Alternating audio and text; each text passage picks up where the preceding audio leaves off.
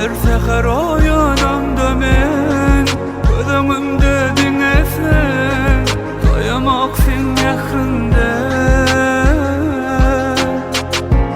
bir gayrı bedenle bir yürek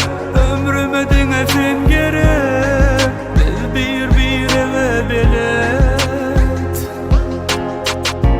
Demalar sen benim kovam var onem sensiz olmayan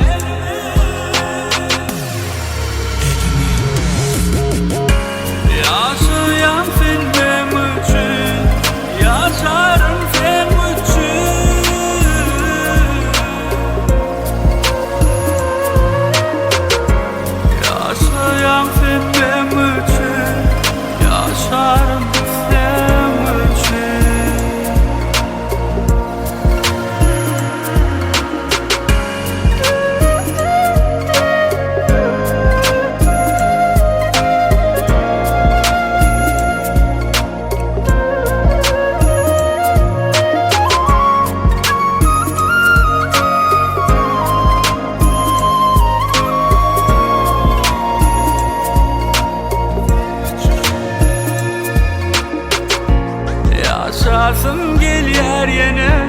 Havadan sen yıllar anımda Başını evnime koyumda Sensin dünyama yakın bana Görme için hovluk yandana Var sen düşünyen bana